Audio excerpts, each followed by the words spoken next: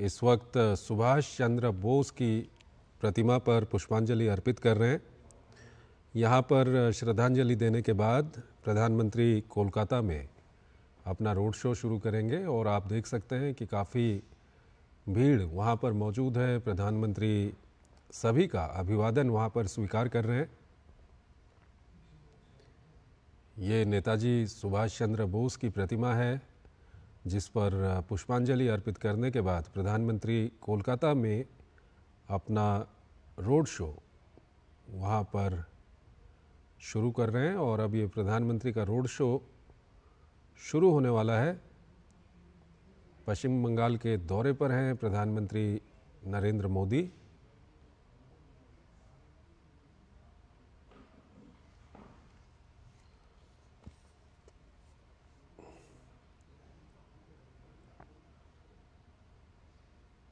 तो पश्चिम बंगाल में लोकसभा चुनावों की दृष्टि से काफ़ी महत्वपूर्ण प्रधानमंत्री का ये रोड शो है।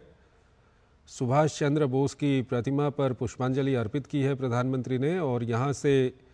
ये रोड शो श्याम बाजार से शुरू होकर शिमला स्ट्रीट स्थित स्वामी विवेकानंद के आवास पर जाकर समाप्त होगा। और इस दौरान प्रधानमंत्री बाग बाजार स्थित मां शारदा के आवास पर भी जाएंगे। और फिलहाल ये रोड शो, आपको ये दृश्य हम दिखा रहे हैं पश्चिम बंगाल के कोलकाता से, जहां पर ये रोड शो अब शुरू हो चुका है और काफ़ी वहां पर लोगों को इंतज़ार था प्रधानमंत्री नरेंद्र मोदी का। काफ़ी संख्या में वहां पर लोग जमा हुए हैं, ये आप दृश्यों में देख सकते हैं। और अब प्रधानमंत्री नरेंद्र मोदी का रोड शो कोलकाता में शुरू हो चुका है।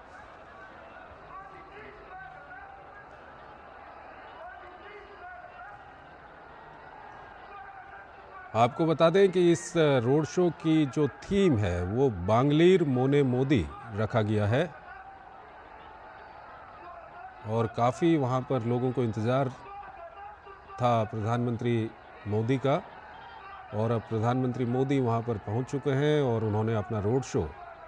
शुरू कर दिया है। ये सीधे दृश्य हम आपको दिखा रहे हैं पश्चिम बंगाल की राजधानी कोलकाता से। और जैसा कि अभी रोड शो शुरू होने से पहले हम दर्शकों को जब खबरें बता रहे थे उसमें हमने बताया था कि प्रधानमंत्री ने खुद कहा है कि इस बार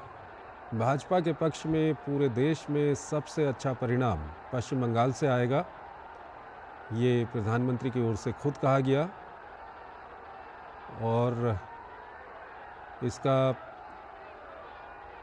यहाँ पे आप देख भी सकते हैं जिस तरह से यहाँ पर लोग मौजूद हैं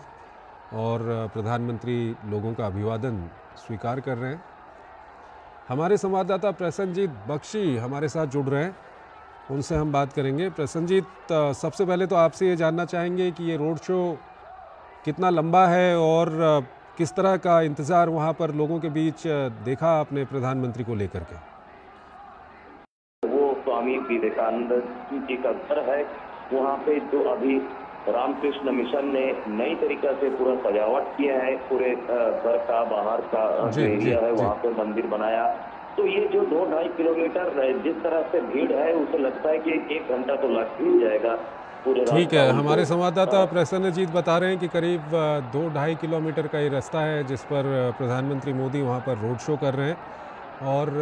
भारी संख्या में वहाँ पर भीड़ जुटी हुई है प्रधानमंत्री का स्वागत करने के लिए और प्रधानमंत्री भी हाथ हिलाकर लोगों का अभिवादन स्वीकार कर रहे हैं। हमारे संवाददाता विनोद मिश्रा हमारे साथ जुड़ गए हैं। विनोद जी, प्रधानमंत्री ने जो इंटरव्यू दिया था उसमें प्रधानमंत्री ने ये कहा है कि इस बार पूरे देश की अगर हम बात करें तो पश्चिम बंगाल का जो नतीजा है वो बीजेपी के पक्ष में सबसे अच्छा नतीजा पश्चिम बंगाल से आने वाला है।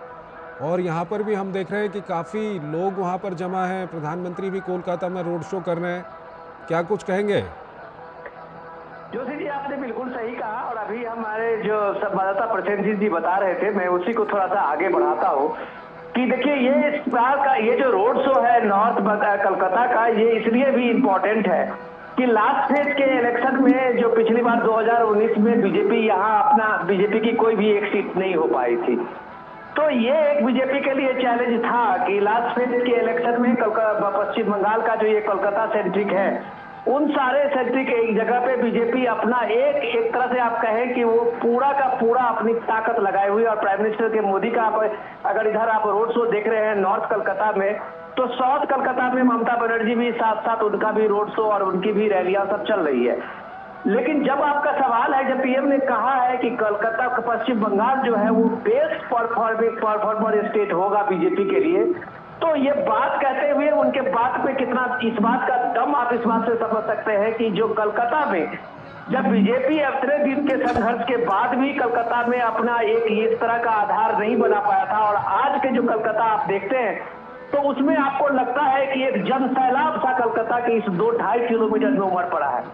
और ये जब जन सैलाब आप देखते हैं, लोगों की भीड़ देखते हैं, और लोगों की जो उत्सुकता देखते हैं, और प्राइम मिनिस्टर को देखने के लिए जो ललक देखते हैं अपने अपने मोबाइल फोन में, उस लम्हे को कैद करने की जो लोगों में एक ललक देखते हैं, तो आप कह सकते हैं कि ये जो नॉर्थ कलकत्ता की जिस रोड से पीएम मोदी अभी गुजर रहे हैं, ये एक सामाजिक क्रांति का एक इलाका माना जाता है। ये भारत के जो राजधानी आप कहते हैं कलकत्ता ब्रिटिश काल में कभी रही है का वो गौरव मिला है कलकत्ता को, तो आप ये कह सकते हैं कि सामाजिक परिवर्तन का सेंटर भी कलकत्ता का यही इलाका रहा है।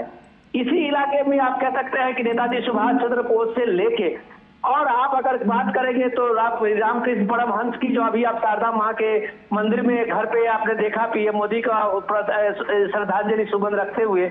तो ये आप कह सकते हैं एक कल्चरल सेंटर है पूरे कलकत्ता का। आप कह सकते हैं कि रिफॉर्म्स को लेके भी अगर ये नॉर्थ बंगाल को आप कहें कि ये देश के लिए अग्रणी भूमिका रही है, तो शायद अतिशयोक्ति नहीं होगी। और इस बार जब आप नॉर्थ कलकत्ता में देख रहे हैं कि इस तरह की लोगों की भीड़ और लोगों की ये ललक, तो आप कह सकते हैं कि प्राइम मिनिस्टर मोदी ने जो कहा है कि पश्चिम बंगाल इस बार उनका बेस्ट परफॉर्मर स्टेट होने वाला है, तो शायद कुछ गलत नहीं कहा है। जिस तरह का पश्चिम बंगाल में पीएम ने एग्रेसिवली कैंपेन किया है, जिस तरह से पीएम मोदी ने जो एग्रेसिवली रैलियां किया है, लोगों के एकदम एक इलाके में पहुंचे हैं, और अपने सरकार के जो 10 साल का उनका अपना ट्रैक रिकॉर्ड रहा है उसको लोगों के सामने में रखा है। और इसके बाद जो ममता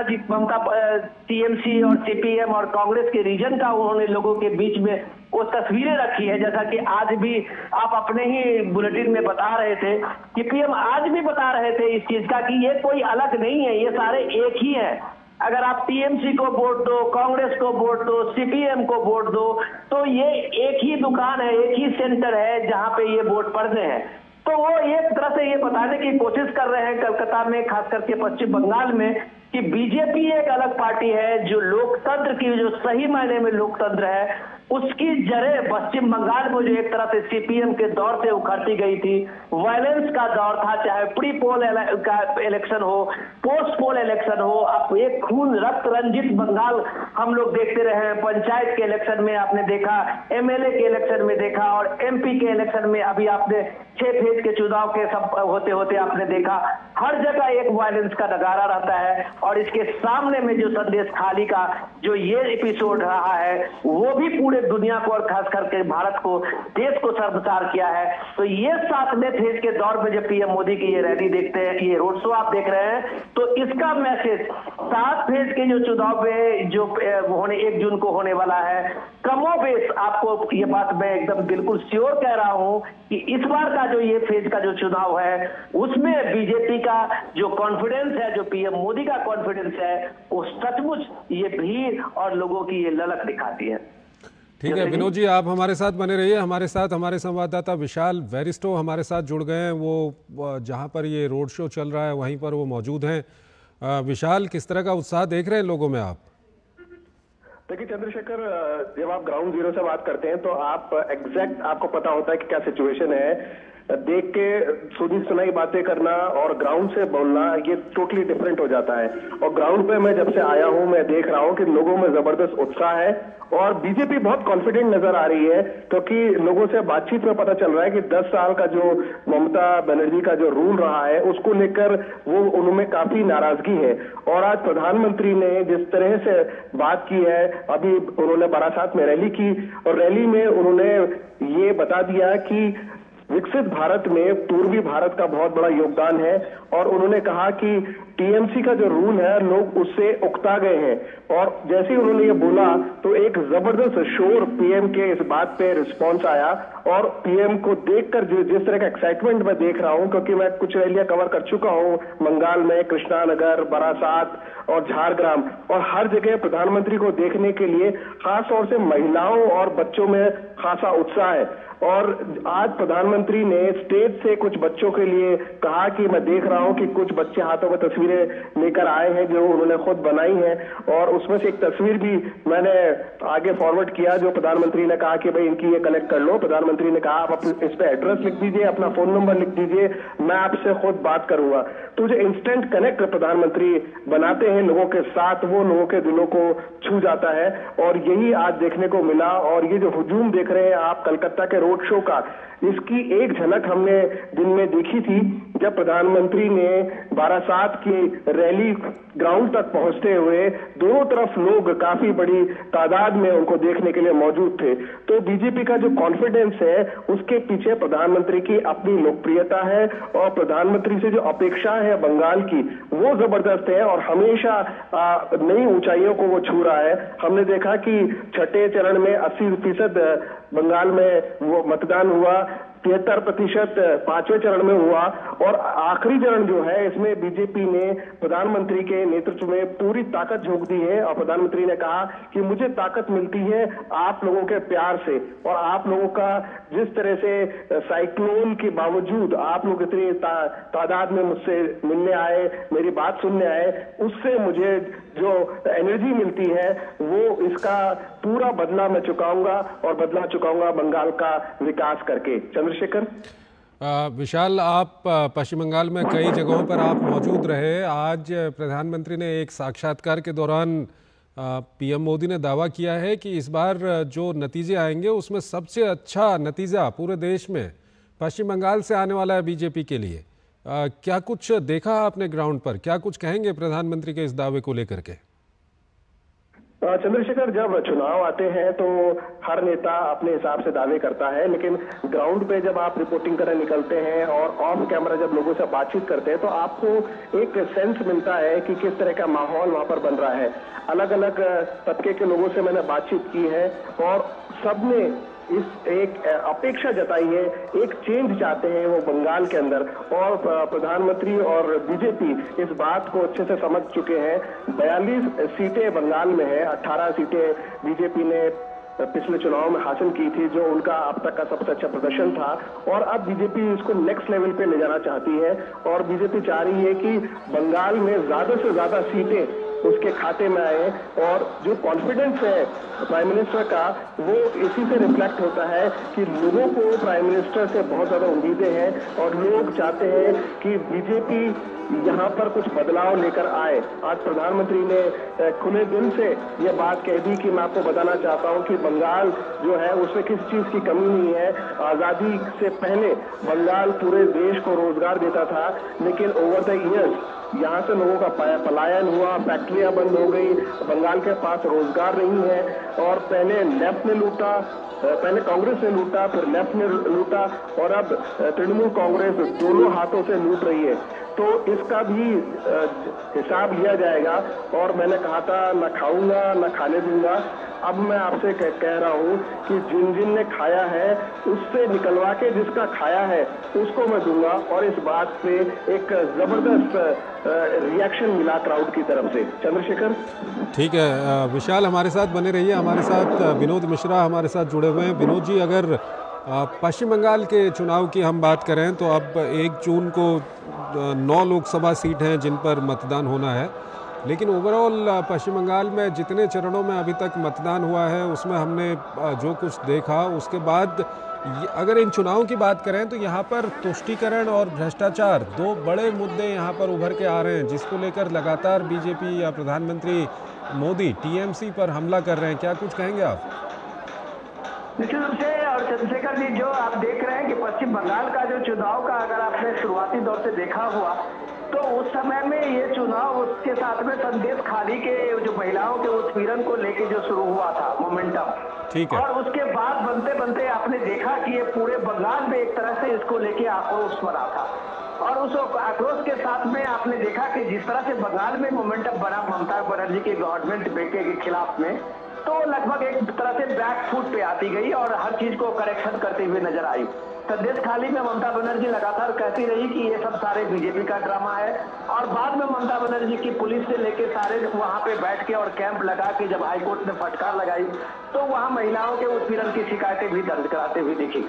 सवाल ये है कि ममता बनर्जी का जो रूल रहा है टीएमसी का, वो एक तरह से पूरे पुराने सीपीएम की एक कॉपी रही है। आप कह सकते हैं कि वही सीपीएम के जो कैडर थे वो गांव के इलाके में, और जो पीएम टोलेबाज कह रहे थे, वो सारे वही लोग थे जो सीधे सीधे एक पार्टी का झंडा ही शिफ्ट किया था और वो टीएमसी के कैडर हो गए थे।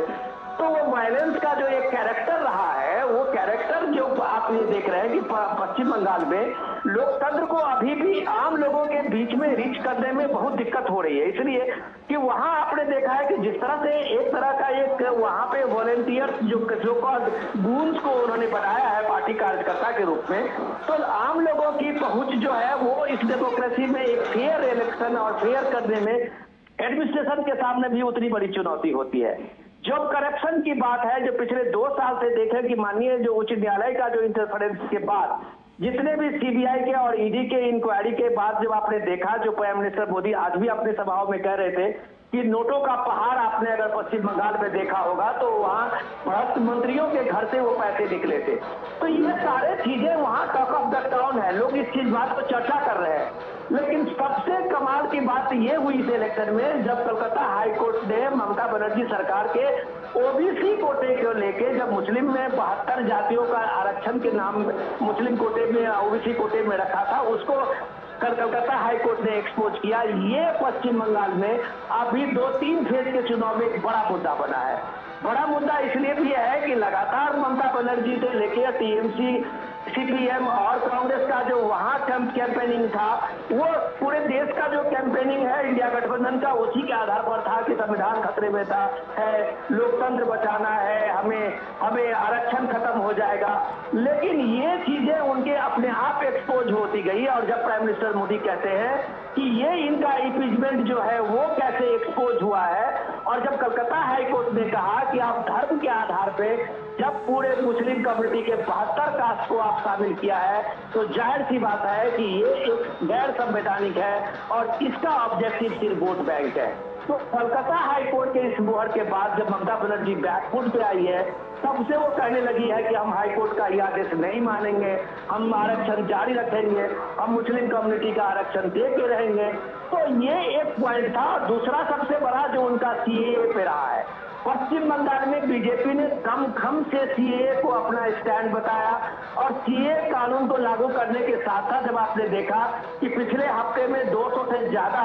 पाकिस्तान से आए हुए, बांग्लादेश से आए हुए जो हिंदू सिख कम्युनिटी के शरणार्थी थे, उनको ये मिला, भारत का नागरिकता का प्रमाण पत्र मिला। तो ममता बनर्जी का जो ये भ्रम फैला रहे थे, वो लगभग भ्रम वहां पे खत्म हो रहा था। मथुरा समाज का जो एक इस कंस्टिट्यूंसी में भी आप कह सकते हैं कि एक बड़ा प्रभाव है। हर कंस्टिट्यूंसी में कम से कम 18 ऐसे एमपी कंस्टिट्यूंसी है जहां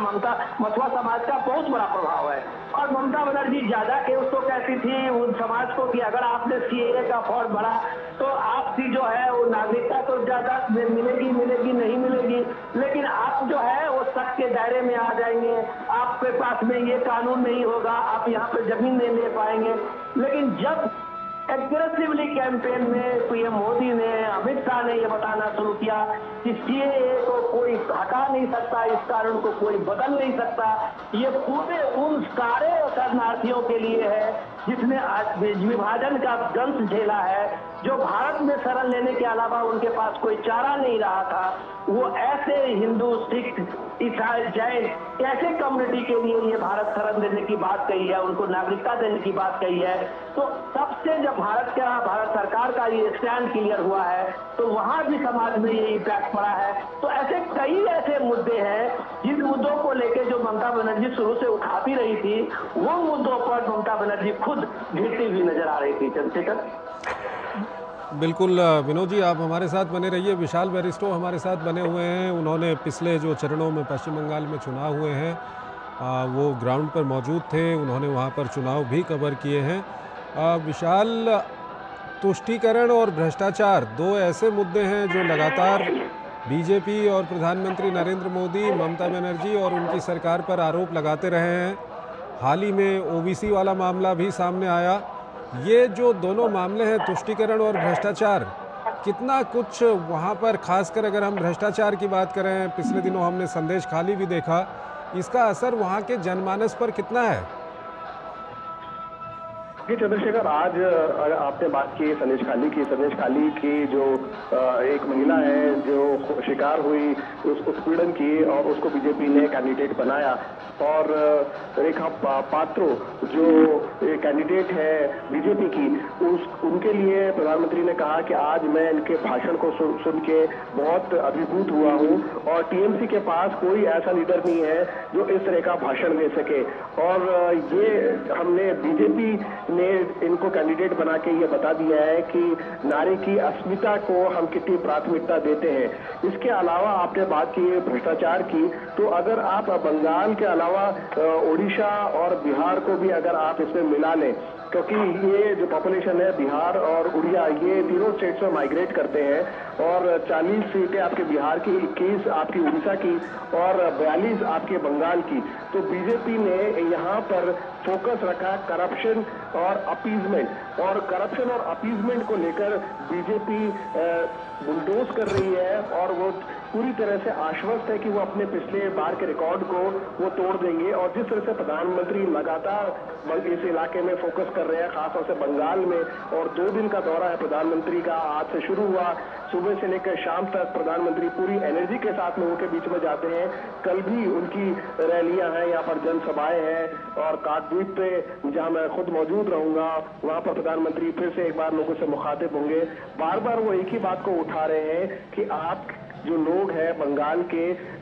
वो एक जुझारू लोग हैं, बंगाल के पास किसी भी चीज की कमी नहीं है। बंगाल ने भारतीय स्वतंत्रता संग्राम में कितना बड़ा योगदान दिया है, बावजूद इसके आज जो आम बंगाली है वो छोटी छोटी चीजों के लिए, बेसिक एमिनिटीज के लिए तरस रहा है। और उसकी वजह ये है कि जो ममता सरकार है, करप्शन और अपीजमेंट के अलावा उन्होंने एक काम ये भी किया कि सेंट्रल की जो स्कीम्स थी उसको उन्होंने ब्लॉक किया, और जो केंद्र की योजना है उसको आम जन तक नहीं पहुंचने दिया, गरीब तक नहीं पहुंचने दिया। इस बात को लेकर प्रधानमंत्री बार बार लोगों के बीच में जा रहे हैं, और जाहिर सी बात है करप्शन को लेकर वो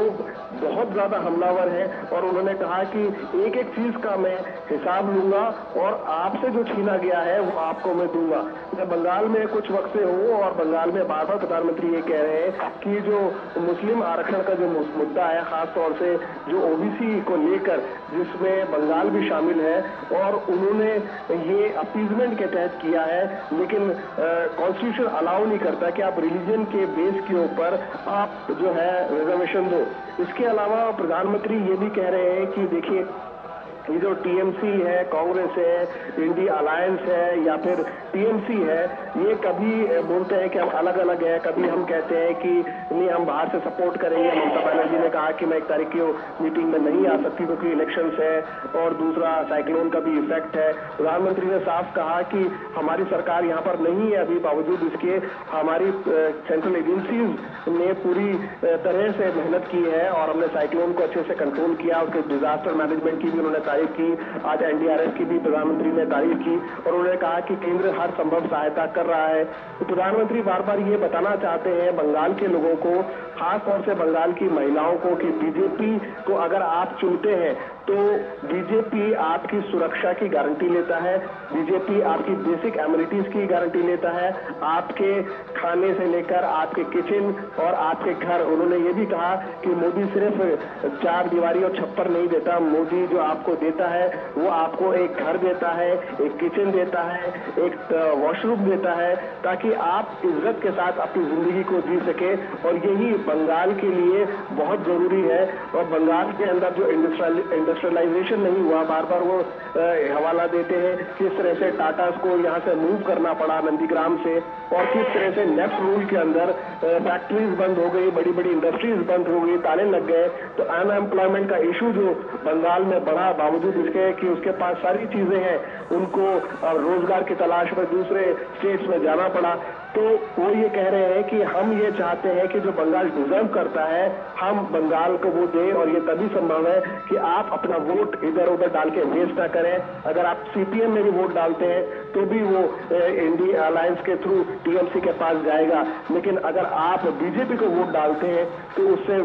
मेरे हाथ मजबूत होंगे। और मैं आपको ये गारंटी देता हूं कि आपका जो छीना गया है वो मैं आपको सूद समेत लौटाऊंगा। चंद्रशेखर। बिल्कुल विशाल, आप हमारे साथ बने रहिए। हमारे साथ विनोद मिश्रा भी हमारे साथ जुड़े हुए हैं, उनसे हम बात करें। उससे पहले हम दर्शकों को बता दें कि इस वक्त प्रधानमंत्री एक रोड शो कर रहे हैं कोलकाता में, पश्चिम बंगाल के कोलकाता में। प्रधानमंत्री इस वक्त एक रोड शो कर रहे हैं, भारी संख्या में वहाँ पर सड़क के दोनों ओर लोग मौजूद हैं। प्रधानमंत्री उनका अभिवादन स्वीकार कर रहे हैं और ये आपको हम दृश्य कोलकाता से दिखा रहे हैं। विनोद मिश्रा हमारे साथ जुड़े हुए हैं। विनोद जी, अगर आज जो ममता बनर्जी की ओर से जो बयान दिया गया उसमें उन्होंने कहा है कि जब हमने सीपीएम को ख़त्म कर दिया तो बीजेपी को भी हम ख़त्म कर देंगे। ये सवाल मैं इसलिए पूछ रहा हूँ क्योंकि ममता बनर्जी की एक वक्त जो लड़ाई थी वो सीपीएम से थी और वो दौर था जब पश्चिम बंगाल में सीपीएम का शासन हुआ करता था। तो क्या ममता बनर्जी ये समझ चुकी हैं कि पश्चिम बंगाल में बीजेपी इस वक्त बहुत बड़ी ताकत बन चुकी है? चंद्रशेखर, मैं आपके सवाल का जवाब देने की कोशिश करूं उससे पहले आज ये अगर आप कलकत्ता में हैं तो श्यामा प्रसाद मुखर्जी की चर्चा करना जरूरी हो जाता है। तो जब आप श्यामा प्रसाद मुखर्जी की बात करते हैं, जनसंघ के संस्थापक श्यामा प्रसाद मुखर्जी थे और वो उस कलकत्ता में आज पीएम मोदी है, तो आप कह सकते हैं कि ये बीजेपी का एक पैतृक इलाका है। पैतृक इलाका मैं इसलिए कह रहा हूं कि ये अगर बीजेपी के शीर्षक पुरुष का नाम अगर ले 2-4 में, तो श्यामा प्रसाद मुखर्जी सबसे पहला नंबर आते हैं। और उस श्यामा प्रसाद मुखर्जी के कलकत्ता में अगर आप पीएम मोदी है तो जाहिर सी बात है कि उनके अंदर में एक अपना वो भाव है जो अपने संस्थापक के उस शहर में, उस इलाके में है। तो वो श्यामा प्रसाद मुखर्जी की बातों को जब हम आप देखते हैं कि एक जम्मू कश्मीर की जो आप आज देख रहे हैं बदली हुई हालत, और नया कश्मीर की आप बात करते हैं आर्टिकल 370 एब्रोगेशन के, तो वो लड़ाई लड़ने वाला भी श्यामा प्रसाद मुखर्जी ही थे। जिस श्यामा प्रसाद मुखर्जी का एक देश, एक विधान, एक निशान का संकल्प लेके वो जब जम्मू कश्मीर में वो क्रॉस किए थे, कठुआ बॉर्डर से वहाँ लखनपुर बॉर्डर क्रॉस किए थे, तो शेख अब्दुल्ला सरकार ने उनको अरेस्ट कर लिया। नेहरू जी की सरकार थी केंद्र में, और उसके बाद रहस्यमय तरीके से जब उनको अरेस्ट करके रखा गया था तो उनकी मौत हो गई थी। तब से बीजेपी का वो स्लोगन जारी रहा, और वो जारी रहा पिछले 40-50 साल तक कि जो जहां बलिदान हुए मुखर्जी वो कश्मीर हमारा है। आपको याद होगा बीजेपी ने अपने स्तुति भाव में उस श्यामा प्रसाद मुखर्जी को सामने में रखा, और पीएम मोदी जब जब भी जम्मू कश्मीर की बात करते हैं तो श्यामा प्रसाद मुखर्जी को सबसे पहला नाम लेते हैं। तो बीजेपी का ये पश्चिम बंगाल से एक वो पुराना नाता है, वो ऐसा संबंध है जो ममता बनर्जी सिर्फ एक डायलॉग देके उसको नहीं खत्म कर सकती। वहां बीजेपी की जड़ें हैं, वहां बीजेपी के लिए वहां पे संघ का एक बड़ा काम है। साथ साथ बीजेपी के साथ साथ जब हिंदू संस्कृति की बात आप करते हैं, उसके सारे संस्थापकों के भाव में, आदि पुरुष के भाव में आप पश्चिम बंगाल के इस कलकत्ता के नॉर्थ कलकत्ता के सेंटर में आप देख सकते हैं, जहां रामकृष्ण मिशन से लेके आप नरेंद्र स्वामी विवेकानंद मिशन से लेके आप जितने, जिसको ममता बनर्जी अभी कह रही थी कि ये सन्यासी नहीं बीजेपी के एजेंट है, तो इसी रोड पे पिछले एक हफ्ते बाद पहले आपने देखा होगा कि रैलियां साधु संतों ने निकाली थी, एक बड़ा प्रदर्शन किया था जिसपे प्रधानमंत्री मोदी अभी जा रहे हैं उसी रोड पे। तो ये भाव एक है, लोगों को इस बात का हमेशा अंदेशा रहती है कि ममता बनर्जी के तुष्टीकरण में शायद भारत की जो भारतीयता है, सनातन की जो संस्कृति है, वो कहीं से खत्म होती जा रही है। जब ये मोदी कहते हैं कि पश्चिम बंगाल में अगर हमारी सरकार बनेगी तो यहाँ रामनवमी भी होंगे और दूसरे उत्सवों की तरह यहाँ भी हिंदुस्तान के जो उत्सव है वो मनाए जाएंगे, तो ये लोगों को आह्लादित करता है, जिससे ममता बनर्जी सरकार ने पिछले वर्षों में छीन लिया था। तो आप इस बात को, ममता बनर्जी के उस दावे की कोई अहमियत नहीं रहती है। जहां तक रही बात कि ममता बनर्जी का जो पॉलिटिक्स है इंडिया गठबंधन में, वो एकला चलो के साथ साथ जब वो एक फ्रंट पे आती है, जैसे 1 जून को इंडिया गठबंधन ने अभी अपना एक मीटिंग कॉल किया है और ममता बनर्जी ने साफ साफ मना कर दिया है कि मुझे इंडिया गठबंधन की मीटिंग में नहीं जाना है, हमारी अपनी और पहले से शेड्यूल्ड है। तो इसका मतलब सीधा सीधा है कि ममता बनर्जी कांग्रेस के नेतृत्व में, जिस तरह से कांग्रेस ने एक तरह से गठबंधन को अपने हाथ में लिया है, तो ऐसे गठबंधन में ममता बनर्जी नहीं जाएगी। और ममता बनर्जी ने इसके संकेत इलेक्शन में लास्ट फेज में दे रहे हैं कि हम इंडिया गठबंधन को बाहर से सपोर्ट करेंगे। इसका मतलब वो ये भी कह रही है कि हम गठबंधन में नहीं है। तो ममता बनर्जी की लड़ाई पश्चिम बंगाल में जो एकला चलो का है, वो उनका एग्जिस्टेंस का सवाल है। और एग्जिस्टेंस का सवाल इसलिए भी है कि पश्चिम बंगाल में ममता बनर्जी का ये 14 साल का जो टेन्योर शासन रहा है, वो अपने लोएस्ट स्पॉट में है। जब प्राइम मिनिस्टर मोदी अभी जितनी भी रैलियां हैं, उस रैली में जब वो सारी चीजों का लोगों के सामने में रखते हैं, अपनी सरकार की उपलब्धि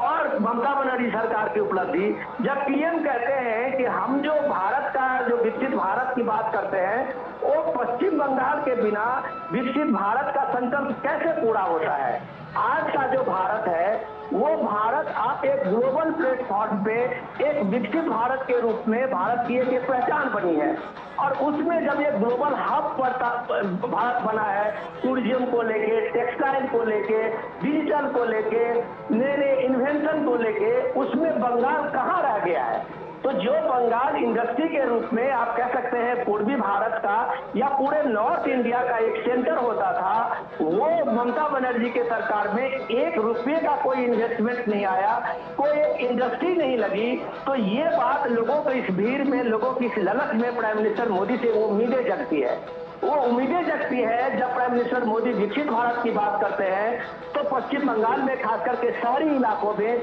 ये अब लगने लगा है कि शायद पीएम मोदी के रास्ते पे इन सारे शहरी इलाकों का वही जो एक ग्लोबल हब बनता जा रहा है भारत के अन्य शहर, उस शहर का दर्जा भी कभी पश्चिम बंगाल का भी होगा। उस शहर का जो डेवलपमेंट है कभी देश के दूसरे राज्यों के बड़े शहरों की तरह होगा। ये ललक भी आपको कलकत्ता के इस रैलियों में दिख रहा है, इस रोड शो में दिख रहा है। जो ये सारी चीजें जो है वो आप एक देश के फलक पे जब देखते हैं और पश्चिम बंगाल कैसे पीछे छूटता गया है, तो लोगों के सामने में आज पीएम मोदी है जो एक उम्मीद जगाती है, एक भरोसा देता है। और यही भरोसा जो है लोगों को इतने भारी तादाद में आप देख रहे हैं कलकत्ता के इस व्यवसायी और एक इस शहर के भीड़ भाड़ वाले इलाके में रोड के दोनों बगल में लाखों लोग जमा हुए हैं। तो ये एक उम्मीद की मोदी है और मोदी की जो गारंटी है वो सच में देश के आम लोगों को इस मन में बताता है कि कोई गारंटी का मतलब मोदी की गारंटी होती है। चंद्रशेखर, ठीक है विनोद जी, आप हमारे साथ बने रहिए। विशाल बैरिस्टो हमारे साथ बने हुए हैं। विशाल, इस बार के अगर हम चुनाव की बात करें तो बीजेपी की ओर से बार बार ये भी आरोप लगाए गए कि पश्चिम बंगाल में राज्य की मशीनरी और पुलिस का दुरुपयोग भी किया जा रहा है, जिसमें से एक आरोप ये था कि जो प्रधानमंत्री मोदी का ये रोड शो हो रहा है, इसको लेकर के भाजपा आईटी सेल के हेड अमित मालवीय ने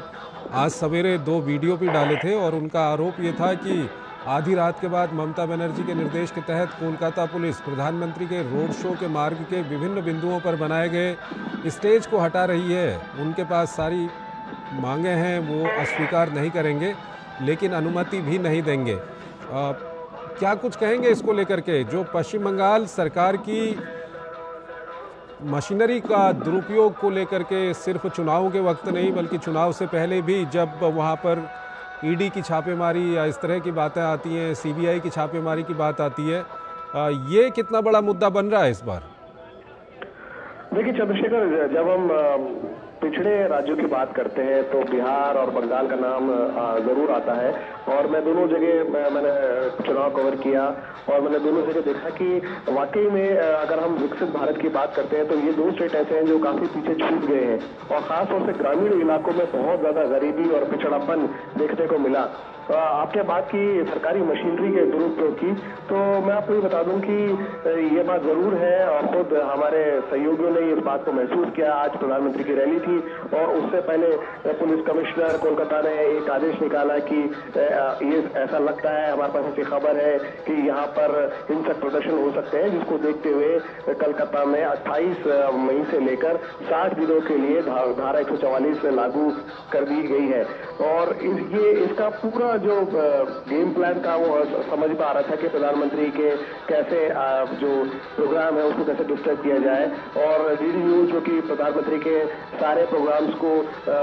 बहुत अच्छे से कवर करता है, तो काफी दिक्कतें आई हमारे डीएसएजीज लगाने में। उन्होंने अड़चनें पैदा करी, कैमरे के राइजर नहीं बनाने दिए और बार बार उन्होंने हमको परेशान करने की कोशिश की। तो ये जो ट्वीट में जो बात कही गई है वो हमारा जो पर्सनल एक्सपीरियंस है, मैं उसे बता रहा हूँ कि वो उसको क्वांटिफाई करता है कि काफी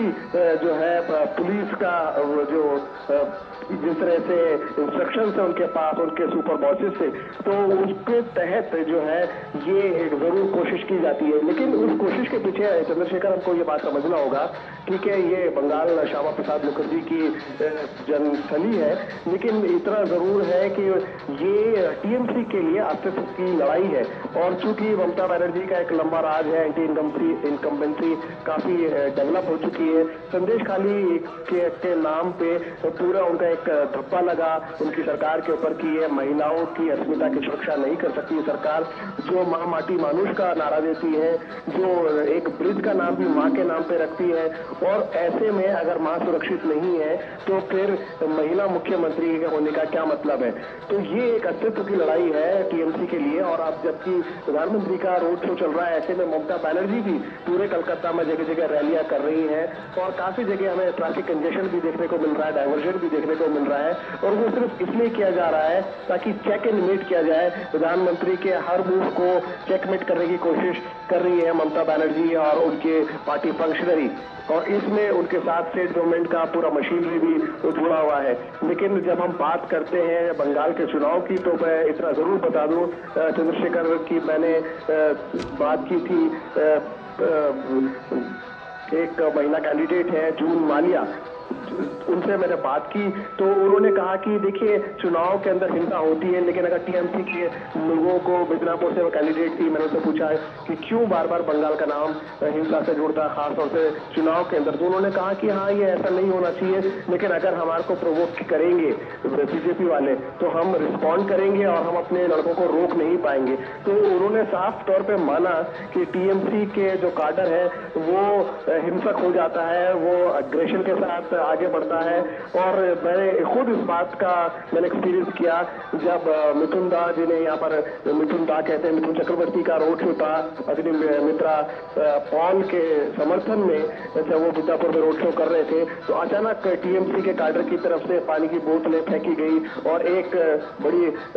अजीब स्थिति पैदा हो गई और ऐसा लगा कि हिंसक हो सकता है, लेकिन पैरामिलिट्री के स्ट्रॉन्ग प्रेजेंस की वजह से उसको कंट्रोल में किया गया। तो यहाँ पर जो चुनाव है उसका सारा दारोमदार जो है वो पैरामिलिट्री फोर्सेस के ऊपर आ गया है और उनको ये देखना पड़ रहा है, क्योंकि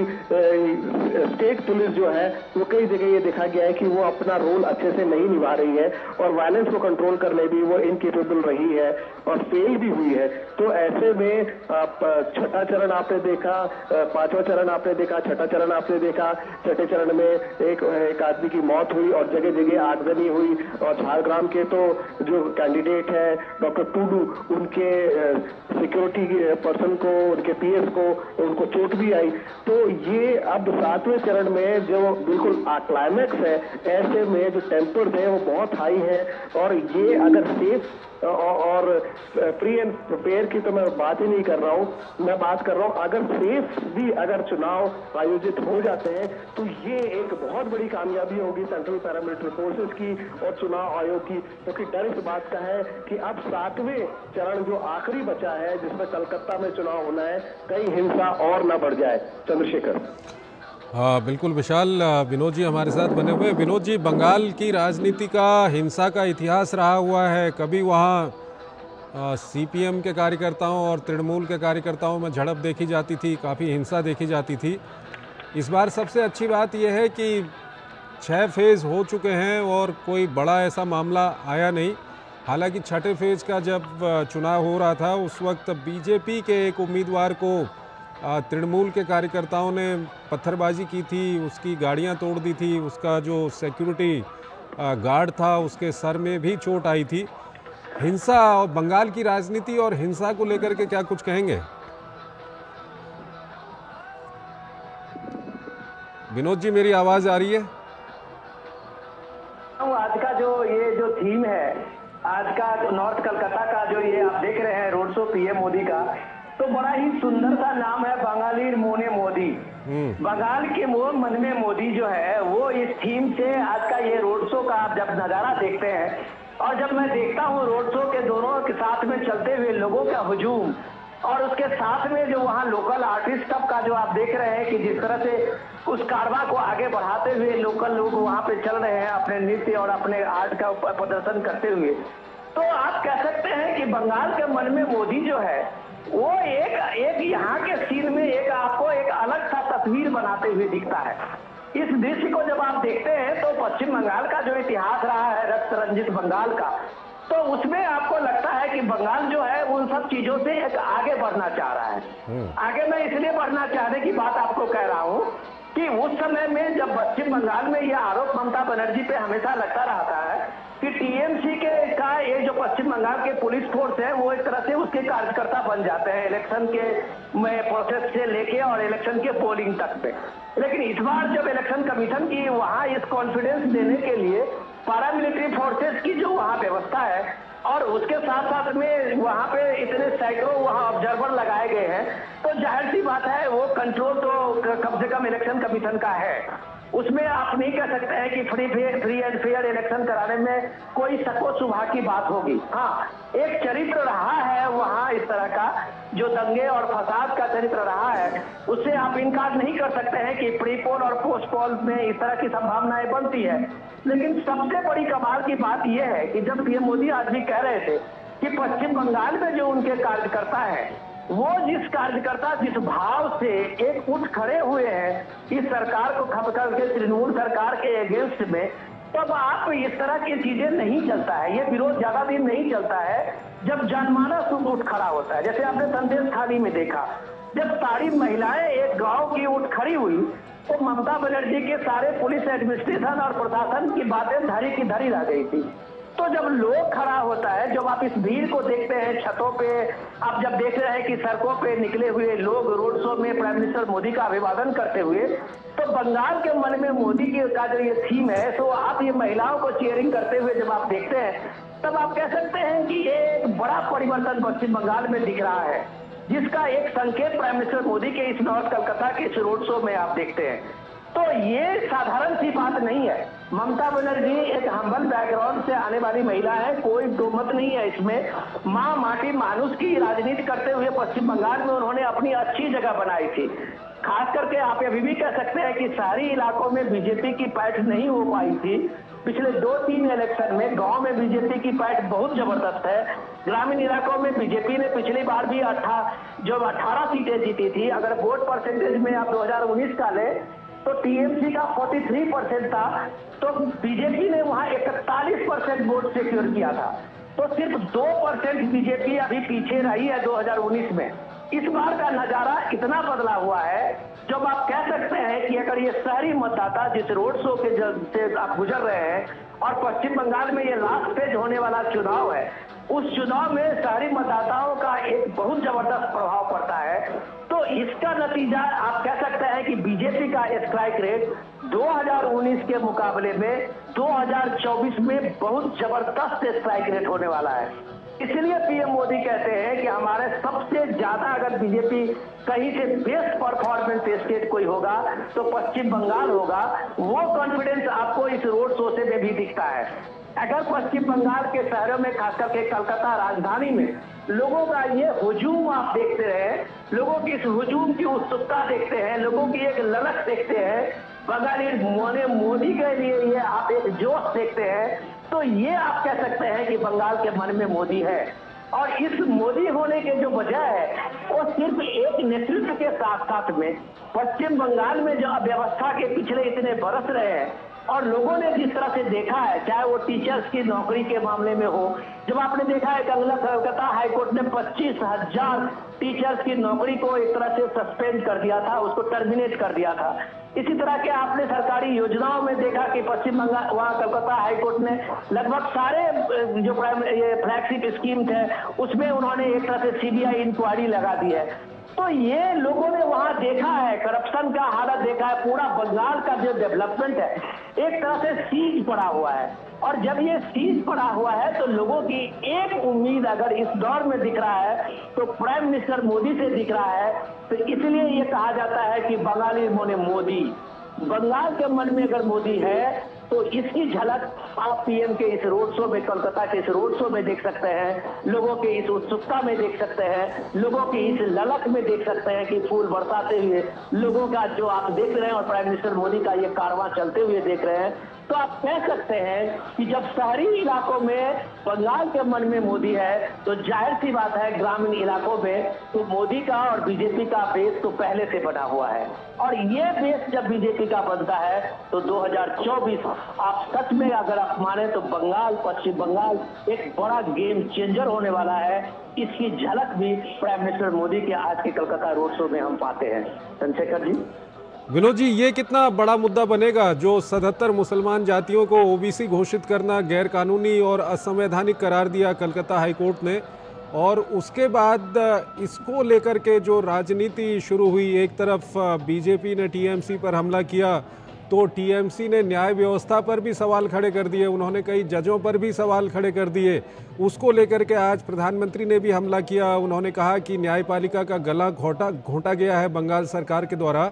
ये कितना बड़ा मुद्दा है इस बार के चुनाव में अगर हम बंगाल की बात करते हैं तो? देखिए, पीएम मोदी लगातार अपनी जनसभाओं में कहते रहे हैं कि हमारा कोई मुस्लिम विरोधी एजेंडा नहीं है, लेकिन साथ साथ जब वो बताते हैं कि बाबा साहब अम्बेडकर के संविधान में धर्म के आधार पर आरक्षण नहीं है तो वो किसी भी हालत में धर्म के आधार पर आरक्षण की बात नहीं होने देंगे जो गैर संवैधानिक है। तो जब पीएम मोदी ने जब इनके जो इंडिया गठबंधन खासकर के टीएमसी के साथ साथ सारी पॉलिटिकल पार्टियों ने ये एक तरह से लगातार एक मुद्दा उठाया था, इसको बनाया था कि आरक्षण खत्म हो जाएंगे, उसके बाद का नतीजा आप देखिए कि कलकत्ता हाईकोर्ट का ये जजमेंट ने ये पूरे नैरेटिव को एक्सपोज कर दिया। ममता बनर्जी ने पिछले 2010 के बाद से लगभग 110 जातियों को, ओबीसी जातियों को ओबीसी के कैटेगरी में रखा है, नई जातियों को लाया था। अब उस 110 जातियों में अगर 78, 72, 72 अगर चंद्रशेखर जी वो सीधे मुस्लिम कम्युनिटी से है तो आप कह सकते हैं कि वो सीधे सीधे ओबीसी के आरक्षण के साथ में एक अन्याय है। 120 जातियों में अगर 72 सीधे सीधे मुस्लिम जातियों का आता है तो आप कह सकते हैं कि दूसरे ओबीसी पिछड़ा वर्ग जो है उसके कोटे में कितनी सीटें रह जाती है। मतलब 70 से 72% आप कह सकते हैं कि सिर्फ ओबीसी में सिर्फ मुस्लिम जातियों के लिए रिजर्व हो जाती है। तो ये सवाल कोलकाता में खासकर के पश्चिम बंगाल में एक बड़ा आप कह सकते हैं कि लोगों का एक चर्चा में है कि लोगों को ये लगने लगा है कि आप चोर दरवाजे से आप धर्म के आधार पे ये आरक्षण की बात करके आपने एक तुष्टीकरण की राजनीति की है। इस आरक्षण को आप एपीजमेंट की राजनीति आपने की है जो कांग्रेस ने कर्नाटक में की है, आंध्र प्रदेश में की है, तेलंगाना में की थी, केरल में सीपीएम सरकार ने की थी। तो इस तरह का जहां जहां जिस पार्टी को लगा है उसने अपने इस आरक्षण को बैकडोर से लाने की कोशिश की है। तो ये ओबीसी को लेके जो पिछड़े वर्ग के लोग हैं उनके अंदर ये चेतना जरूर बनी है कि उनके साथ एक धोखा हुआ है। जो पार्टी ये बात की सफाई लोगों में बता रहे थे कि यह बीजेपी को 400 सीट क्यों चाहिए तो वो आरक्षण खत्म कर देंगे, उनको ये बात सामने में ये बात पता लगा है कि वो आरक्षण तो खत्म करने की बात तो कभी कहा नहीं, लेकिन इन्होंने बैकडोर से आरक्षण खत्म कर दिया। तो ये चीजें एक बड़ा सवाल है जो ममता बनर्जी के मां माटी मानुष को एक बड़ा कहता बड़ा डेंट देने वाला है। इसके साथ में अगर आप देखिए तो पश्चिम बंगाल में जो सबसे बड़ा अभी आज की तारीख में ये है, आज का इशू है, वो इंफ्रास्ट्रक्चर का है। पश्चिम बंगाल हमेशा एक इंडस्ट्री के रूप में कलकत्ता उसका एक सेंटर रहा है, जो पूर्वी भारत से लेके उत्तर भारत का एक कलकत्ता इसका एक बड़ा सेंटर हुआ करता था। तो जिस दौर में पूर्वी भारत का डेवलपमेंट आज अगर देखिए तो नॉर्थ ईस्ट से लेके कनेक्टिविटी पूरे भारत का एक जाल बिछा हुआ है, रोड का, हवाई जहाज का, वाटरवेज का। और इसमें अगर पश्चिम बंगाल अपने उस बिजनेस के एक्टिविटीज को बढ़ा नहीं रहा है तो ये जरूर वहां के लोगों के बीच में एक फ्रस्ट्रेशन है कि शायद ममता बनर्जी की जो पॉलिसी रही है और उस पॉलिसी के चलते पश्चिम बंगाल काफी पिछड़ गया है। तो पश्चिम बंगाल में सिर्फ वोट की राजनीति करते हुए पश्चिम बंगाल में अपनी पार्टी को, टीएमसी को एक तरह से एक सर्वाइवल देने के लिए ममता बनर्जी जो पॉलिसी बनाती रही है, उसमें बंगाल का एक समग्र विकास का जो डेवलपमेंट था, वो चाहे उनका टूरिज्म का दार्जिलिंग हो या पहाड़ के और दूसरे इलाका हो, सारे इलाके टूरिज्म के नक्शे से लगभग कट्टे से चले गए थे। तो ये सारी चीजें जब आप इन सारी इलाकों में देखते हैं, कोलकाता में आप प्राइम मिनिस्टर मोदी की इस रैली में देखते हैं, तो शायद लोगों के मन में ये भरोसा जगा है कि डेवलपमेंट का, विकास की जो धारा पूरे भारत में चली है, उसी धारा से खास करके पश्चिम बंगाल को भी जोड़ना जरूरी है। और ये पश्चिम बंगाल तब जुड़ेगा जब प्राइम मिनिस्टर मोदी को यहाँ से प्राइम मिनिस्टर बनने के लिए एक मजबूत समर्थन होगा। ये अभिव्यक्ति आप लोगों की इस रैली में देख रहे हैं, इस जोश में देख रहे हैं, इसके जोश में देख रहे हैं कि सारे लोग, चाहे कोलकाता के ऊंचे वर्ग के हो, नीचे निम्न वर्ग के लोग हो, चाहे वो बिजनेसमैन हो, चाहे वो छोटे कारोबारी हो, कारीगर हो, सारे लोग अपने सब कुछ छोड़ के आज प्राइम मिनिस्टर मोदी के स्वागत में नॉर्थ ब्लॉक कलकत्ता के आशीष रोड शो में दोनों बगल खड़े हुए हैं। तो आप कह सकते हैं कि बंगाल के मन में मोदी है, जो आज के रोड शो का थीम है वो साफ साफ आपको दिख रहा है। ठीक है, विशाल भी हमारे साथ जुड़े हुए हैं। विशाल, हालांकि ये जो मुद्दा है ये पिछले 4-5 दिन में ही ये मुद्दा डेवलप हुआ है, क्योंकि जो 77 मुसलमान जातियों को ओबीसी घोषित करना गैर कानूनी और असंवैधानिक करार दिया गया कलकत्ता हाई कोर्ट की ओर से, उसके बाद लगातार बीजेपी भी टीएमसी पर हमलावर है, टीएमसी न्यायपालिका पर भी सवाल उठा रही है। ग्राउंड पे कितनी गूंज है इस मुद्दे की? देखिए चंद्रशेखर, मैं बार बार यही बात बोल रहा हूँ कि अगर आप ग्राउंड पे हैं, अगर आप ग्राउंड कवर कर रहे हैं तो आपको ग्राउंड रियलिटीज के बारे में ज्यादा पता रहेगा। इसलिए मैं आपको ये बोल रहा हूँ कि आपका ये जो सवाल है कि लोगों का क्या रिएक्शन है, प्रधानमंत्री ने आज स्टेज पे जब ये बोला कि आप न्यायपालिका पर सवाल उठा रहे हो तो क्या जजों के पीछे भी तुम अपने गुंडे छोड़ दोगे, जब प्रधानमंत्री ने यह सवाल किया तो पब्लिक का बहुत जबरदस्त रिस्पांस था। और इसी से आप इस बात का अंदाजा लगा सकते हैं कि ये जो हाई कोर्ट का डिसीजन आया है, इसका टाइमिंग बहुत इंपॉर्टेंट है। इलेक्शन चल रहे हैं, 7वां फेज बाकी है और ये फर्दर पोलराइज कर देगा चीजों को। और ये जो है टीएमसी इस बात को लेकर बहुत ज्यादा चिंतित है कि उनको एक तरह से ये दिखाया जा रहा है कि जहां वो बात करती है मां माटी मानुष की, ऐसे में वो मुस्लिम अपीजमेंट का जो उस पर आरोप लग रहा है उसको हाई कोर्ट ने उस पर स्टैंप लगा दी है। और ये जो टाइमिंग है ये उसके लिए बहुत एक, जैसे कि बोलते हैं कि एक डेथ सेंटेंस की तरह आया है, क्योंकि बंगाल का जो साइक रहा है, जो साइकोलॉजी रहा है, वो लेफ्ट खत्म हुआ, लेफ्ट का कार्डर शिफ्ट हो गया टीएमसी में। कोई भी पार्टी अपने कार्डर के नाम पे जानी जाती है। अगर हम बीजेपी की बात करते हैं तो बंगाल में बीजेपी का कार्डर इतना ज्यादा स्ट्रांग नहीं है अभी भी, तमाम रैलीज के बावजूद। अगर हम हम कंपेयर करें हम टीएमसी से, लेकिन जो टीएमसी के सामने जो सबसे बड़ा खतरा अब खड़ा हो गया है, जो लोग बातचीत में कर रहे हैं कि अगर टीएमसी ये चुनाव हार जाती है तो स्टेट इलेक्शन से पहले टीएमसी का जो काडर है वो बीजेपी में जा सकता है, क्योंकि वो यूथ है, यूथ फोर्स को आप किसी भी तरह गाइड कर सकते हैं। उसको एक मिशन चाहिए, उसको एक डायरेक्शन चाहिए, और जब उसको लगेगा कि ये पार्टी के ने मुझे मेरा मिसयूज किया और जो सामने जो पार्टी है वो मुझे एक उद्देश्य दे रही है, तो ये विवेकानंद ने कहा था, wake arise and stop not till the goal is reached, तो जो युवा है वो उसमें डाइवर्ट हो जाएगा। और टीएमसी के सामने अब ये सबसे बड़ा खतरा है कि कहीं वो अपना काडर ना खो दे बीजेपी को, और यही बीजेपी जानती है कि उसके पास ये सबसे अच्छा मौका है। प्रधानमंत्री की बार बार रैलियां, प्रधानमंत्री की मौजूदगी, प्रधानमंत्री का भाषण, प्रधानमंत्री का व्यक्तित्व, प्रधानमंत्री का डायरेक्ट कनेक्ट करना लोगों से, और प्रधानमंत्री के लिए खास तौर से महिलाओं का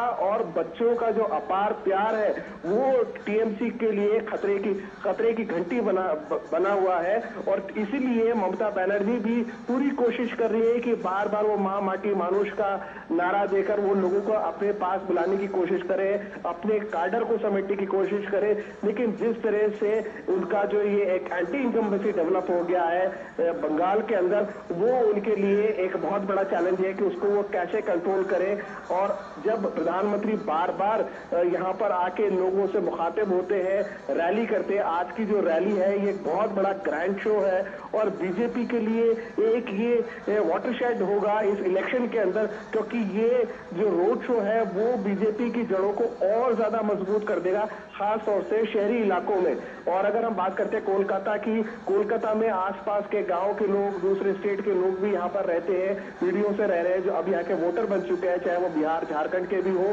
तो वो बीजेपी के लिए एक बहुत प्लस पॉइंट हो जाता है चंद्रशेखर। और आज रैलियां करी है प्रधानमंत्री ने, जनसभाएं करी है, कल उनकी जनसभाएं हैं, आज उनका रोड शो चल रहा है, वो इससे पहले भी वो आते रहे। और इसके अलावा जो संदेश खाली का जो मुद्दा है वो जले पे नमक छिड़क रहा है उस पार्टी के ऊपर जो ये कहती है मां माटी मानुष। अगर आप मां की सुरक्षा नहीं कर सकते तो आप स्टेट की सुरक्षा कैसे करेंगे, वो भी एक महिला मुख्यमंत्री होते हुए। और जहां पर एक एमपी जो अब उनको टिकट नहीं मिला है, लेकिन वहां पर जो टीएमसी की एमपी है संदेश खाली में, वो भी एक महिला है और जो अब तक वहां पर गई नहीं। पत्रकारों ने जब उनसे पूछा कि भाई आपके कॉन्स्टिट्यूएंसी में इतना बड़ा ये हादसा हो गया, आप वहां पर गए नहीं, तो उनका जवाब था अरे वहां पर तो 174 लगा हुआ है, उनको 144 और 174 का डिफरेंस नहीं पता था। और ये तमाम अखबारों में हेडलाइंस भी छपी और टीएमसी को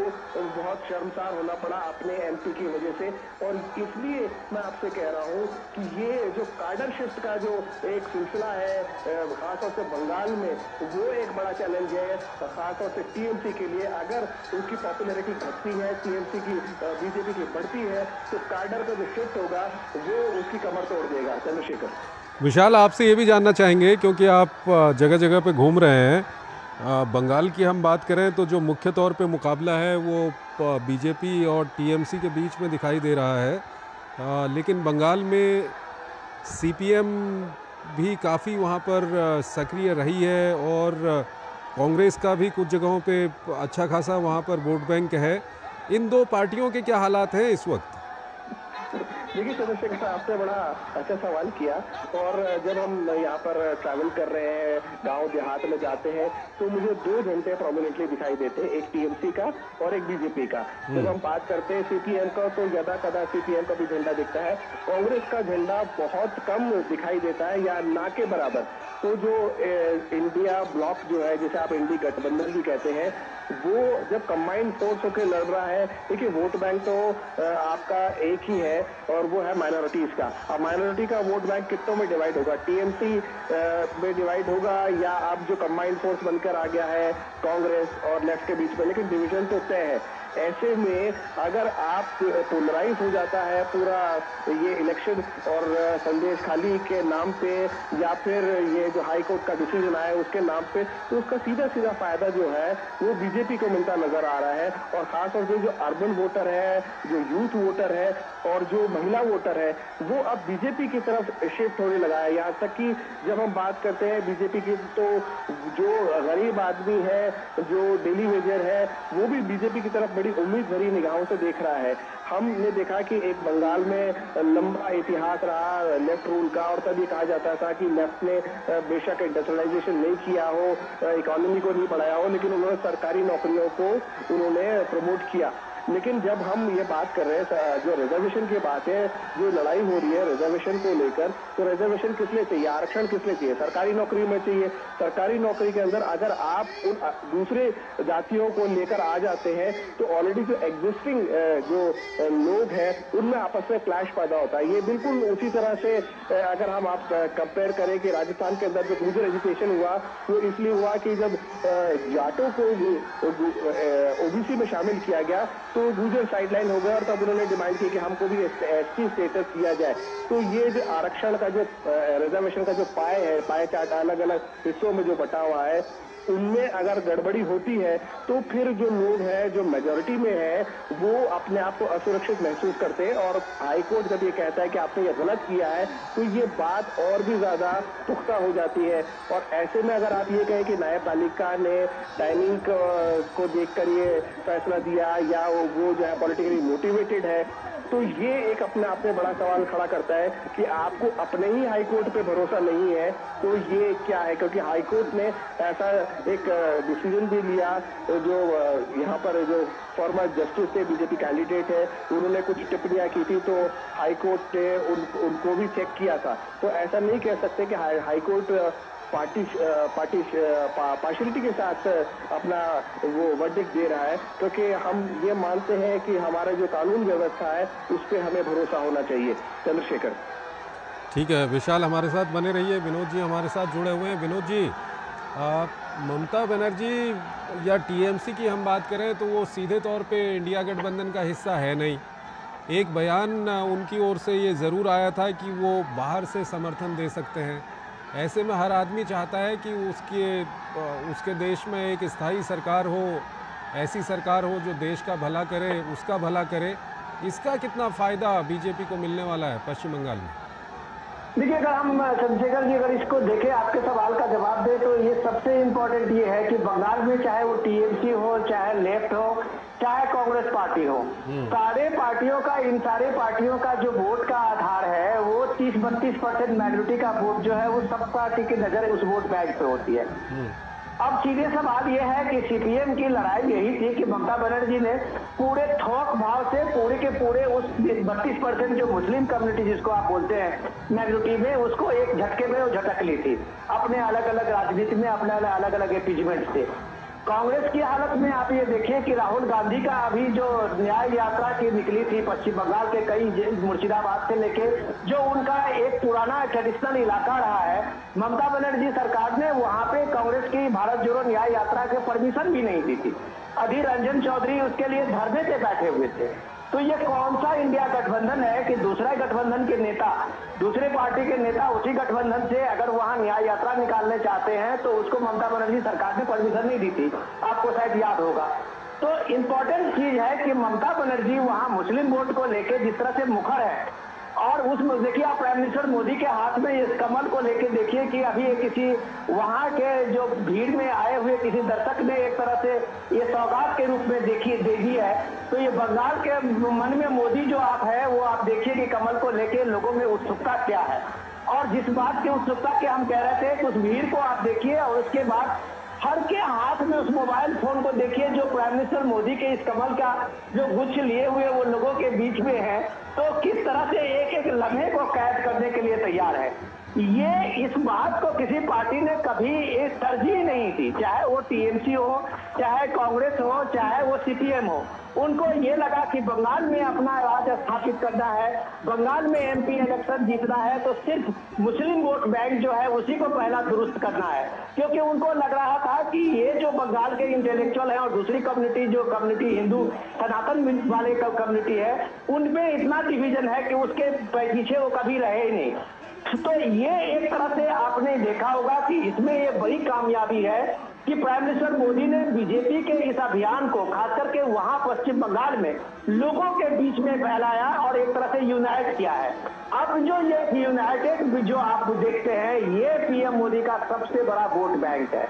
और ये वोट बैंक में जब आप लोगों को देखते हैं, इस भीड़ में लोगों के एक शहरी भी मतदाताओं की आप इस तरह की ललक को आप देखते हैं, तो आपको लगता है कि आज दूसरी पार्टियों को भी इससे खतरा लगने लगा है। तो यही कारण है कि ममता बनर्जी अकेला चलो का नारा देती है कि वो सीपीएम और कांग्रेस से अलग दिखना चाहती है, लेकिन अलग दिखने के साथ साथ में वो अपने जो वोट बैंक है उससे अलग वो नहीं होना चाहती। इसलिए अगर कांग्रेस ने अभी तक यूसीसी पे, सीएए पे कोई क्लियर स्टैंड नहीं लिया है, लेकिन ममता बनर्जी पब्लिक रैलियों में कहती है कि पश्चिम बंगाल में हम यूसीसी लागू नहीं होने देंगे।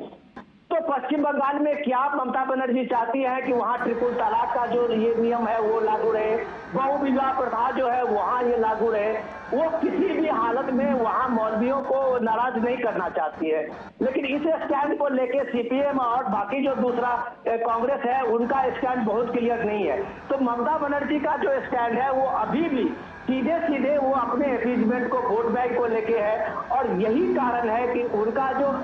इतना वो एक ओवरडोज एपीजमेंट है उसका रिएक्शन आप पश्चिम बंगाल में देख रहे हैं, कोलकाता के इन सड़कों पे देख रहे हैं। जब रामनवमी का जुलूस निकलता है तो उसको पुलिस बैरिकेड करती है, परमिशन नहीं दिया जाता है। 4 दिन तक लगातार इसी शहर के इसी सड़क पे वहां दंगा होता है रामनवमी के जुलूस में, रामनवमी के त्योहार में, चाहे वसंत पंचमी के मूर्ति विसर्जन में। तो ये बात लोगों को लगने लगा है कि क्या पश्चिम बंगाल में सनातन के लोगों को, हिंदू के जो धर्म के मानने वाले लोग हैं, उनके पर्व त्योहार को जो मानने वाले लोग हैं, उनको आजादी नहीं है। और ये बात साफ साफ दिखता लगता है कि हर त्योहार के समय में आप पश्चिम बंगाल में किसी न किसी तरह का उपद्रव देखे होंगे, किसी तरह का रायत देखे होंगे। तो ये चीज एक पीएम मोदी से उनके इस सिक्योरिटी का भी एश्योरेंस मिलता है कि कम से कम ये इन्हें लगता है कि उनकी जो धार्मिक आजादी है वो पश्चिम बंगाल में अगर सुरक्षित होगी जब वहां बीजेपी मजबूत होगी। तो ये सारा रिएक्शन आप जब देखते हैं, तब ये कलकत्ता की सड़कों पे आप देख रहे हैं, लोगों के इस हुजूम में आप देखते हैं, तो वो भी एक रिएक्शन है। जो अभी तक टीएमसी को वहां जिताती रही है, वहां के मतदाताओं का जो उनका समर्थन उनको मिलता रहा है, वो इस बार आप अगर बीजेपी की तरफ में आप देखते हैं तो वो ओवरडोज एपीजमेंट ही है जो ममता बनर्जी सीपीएम और कांग्रेस की पॉलिटिक्स करती रही है। तो ये सारी चीज जब आप पश्चिम बंगाल में आप देखते हैं तो ये बीजेपी का और खास करके पीएम मोदी का विनोद जी, अब लगता है ये रोड शो अपने अंतिम चरण में पहुंच चुका है, क्योंकि प्रधानमंत्री नरेंद्र मोदी अभी अपने रथ से नीचे उतर रहे थे। वो दृश्य हमने आपको दिखाए, ये आप देख सकते हैं प्रधानमंत्री पहुंच चुके हैं। जो स्वामी विवेकानंद जी का आवास है वहाँ पर ये रोड शो समाप्त होना था, तो प्रधानमंत्री जी वहाँ पर पहुँच चुके हैं। विनोद जी, एक सवाल आपसे यहाँ पे काफ़ी ज़रूरी हो जाता है कि नेताजी सुभाष चंद्र बोस की जो विरासत है उसको एक महत्वपूर्ण स्थान दिलाने में प्रधानमंत्री का खासा योगदान रहा है। ये कितना महत्वपूर्ण है अगर हम पश्चिम बंगाल के लिहाज से बात करें? चंद्रशेखर जी, आपने बहुत शानदार सवाल किया। जो आजाद हिंद फौज के से बात करते हैं हम जब कभी, और नेताजी की बात कर रहे हैं, तो उनका नाम कम से कम अब 50-60 साल में आजादी के बाद एक गुमनामी में धकेल दिया गया था। आपको याद होगा कि लाल किले में प्राइम मिनिस्टर मोदी ने सबसे पहले आजाद हिंद फौज के जयंती पे वहां किस तरह से नेताजी को कॉम्प्लीमेंट दिया था, वो एक श्रद्धांजलि, एक बहुत बड़ा उन्होंने एक भव्य आयोजन किया था। आपने देखा होगा कि जिस राजपथ की बात होती थी वहां सुभाष चंद्र बोस का भव्य प्रतिमा लगा के उसका कर्तव्य पथ नाम दिया गया है। तो दिल्ली में जहां सुभाष चंद्र बोस को इस राजधानी दिल्ली में एक तरह से हाशिए पे डाल दिया गया था, प्राइम मिनिस्टर मोदी ने अपने उस स्वतंत्रता सेनानी के अव्वल सेना नायक को, सुभाष चंद्र बोस को, वो जगह दी है। और भारत के प्राण के प्रतिष्ठा में जिनका एक बड़ा योगदान रहा है, उनको दिल्ली के उस कर्तव्य पथ को सामने में लाया है। जब आप पार्लियामेंट देखते हैं, संसद भवन देखते हैं, उसके ठीक सामने में कर्तव्य पथ में आप सुभाष चंद्र बोस को अगर आप देखेंगे तो आपको लगेगा कि ये देश के नायक हैं जिन्हें अब तक एक तरह से हाशिए पे डाला गया था, गुमनामी में रखा गया था। वो गुमनामी का दौर खत्म हुआ और सुभाष चंद्र बोस मुख्य धारा में उस नई पीढ़ी के सामने में खड़े हैं। जो भी कोई कर्तव्य पथ पे जाएंगे तो सुभाष चंद्र बोस उनको सामने में मिलेंगे। तो ये एक बड़ी बात है। जब आप स्वामी विवेकानंद के इस स्टैच्यू के सामने में पीएम को देखते हैं और पुष्पांजलि करते हुए देखते हैं, तो ये भारत की एक सांस्कृतिक गौरव रही है चेतना का रहा है। ये विश्व गुरु भारत जो है उसके एक प्रतीक रूप में स्वामी विवेकानंद है, और वो स्वामी विवेकानंद अगर कलकत्ता में देश में अगर गुमनाम हो जाए तो ये कह सकते हैं कि भारत की जो परंपरा है, भारत की जो संस्कृति है, उसकी एक सबसे बड़ी अवहेलना है। और प्राइम मिनिस्टर मोदी आज अगर कलकत्ता में है तो मां शारदा के उस भव्य उनके घर से उन्होंने शुरुआत की थी यात्रा को, तो स्वामी विवेकानंद के स्टेच्यू के सामने में अपनी यात्रा को, सब इस रोड शो को अब विराम दिया है। तो आप कह सकते हैं कि भारत की जो भारतीयता है, भारत की जो मौलिकता है, उस मौलिकता को एक पहचान देने के लिए प्राइम मिनिस्टर मोदी का ये रोड शो है, जिसका नाम था बंगाल के मन में मोदी। ठीक है विनोद जी, दर्शकों की जानकारी के लिए हम बता दें कि प्रधानमंत्री का रोड शो यहीं पर समाप्त हुआ है। ये शिमला स्ट्रीट स्थित स्वामी विवेकानंद जी का ये आवास है, जहां पर प्रधानमंत्री ने अपना रोड शो समाप्त किया। और प्रधानमंत्री ने अपना रोड शो शुरू किया था नेताजी सुभाष चंद्र बोस की प्रतिमा पर पुष्पांजलि अर्पित। आपके चहेते न्यूज नेशन नेटवर्क के इस खास शो